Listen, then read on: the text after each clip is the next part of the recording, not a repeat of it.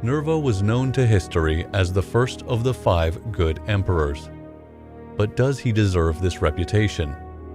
He was a well-respected senator, but was never able to win the respect of the army, and in the end, proved to be a rather ineffectual ruler. Nerva was born in Narnia in 30 AD. He came from a respected family, many of whom were senators. His family had been close to imperial power for decades. His father had been a close friend to Emperor Tiberius, and one of his aunts, on his mother's side, was the great-granddaughter of Tiberius. And Nerva himself had been instrumental in uncovering the Piso conspiracy against Emperor Nero in 65 AD, earning him Nero's gratitude. He was rewarded with a statue in the imperial palace and other significant honors. Nerva's sister, Coxia, married Titianus, who was Emperor Otho's brother. Despite Nerva's connections to Tiberius, Nero, and Otho, he survived the year of the 4 emperors, and emerged as one of very few men honored by Vespasian with the consulship in 71 AD. Nerva was a close friend and counselor to Vespasian's son, Emperor Domitian, and he was rewarded with a consulship again in 90 AD, and Domitian trusted him as a friend to the very end, trust which was evidently misplaced.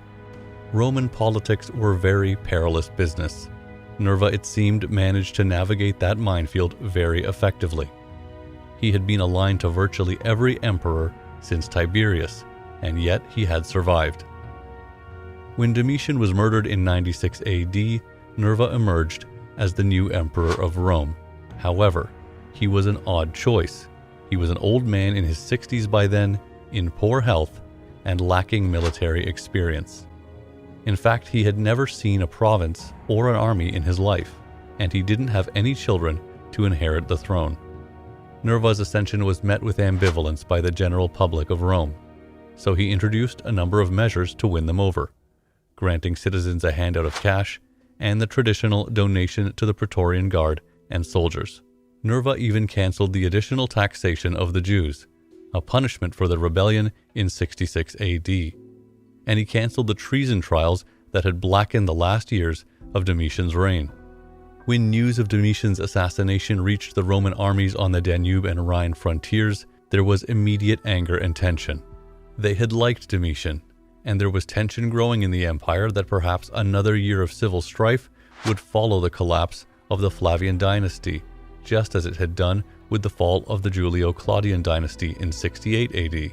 At that time, it was the armies of the empire who ultimately decided the new emperor, and Nerva had no military experience, so the legions disapproved of the new princeps. The armies called for Domitian's deification immediately, which never happened. The Praetorian prefect advised Nerva to give up the assassins for execution. Nerva refused.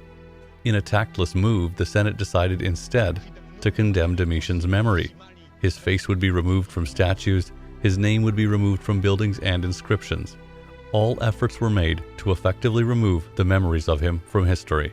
The tensions erupted into a crisis in October of 97, fueled by Nerva's reluctance to deal with the conspirators and the absence of a clear successor to the elderly emperor.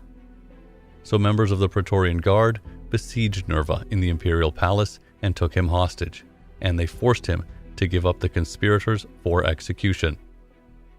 Nerva had little choice but to give in to their demands. Adding to the humiliation, Nerva was made to give a speech thanking the rebellious Praetorians. This, of course, caused irreparable damage to his authority. Shortly thereafter, he announced the adoption of Trajan as his son and successor.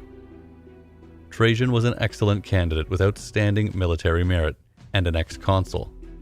He was given the title of Caesar and granted the consulship with Nerva the following year in 98.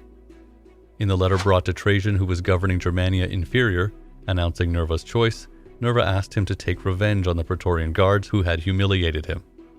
On the 1st of January, Nerva suffered a stroke, and by the end of the month, he had died.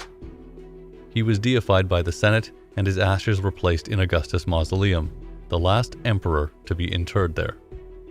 And just as the only public building named after him, the Forum of Nerva would ultimately become known as Forum Transitorium, or Transitional Forum, so too would his reign be remembered as a transition between the Flavians and Trajan to the following century of good rule in the Roman Empire. Thanks for watching this video. Our question for you today is, do you think Trajan had anything to do with the coup of the Praetorians, which ultimately forced Nerva to adopt him, or not? As usual, sources and suggestions are in the description below. Our next video will be on the best emperor, Trajan. See you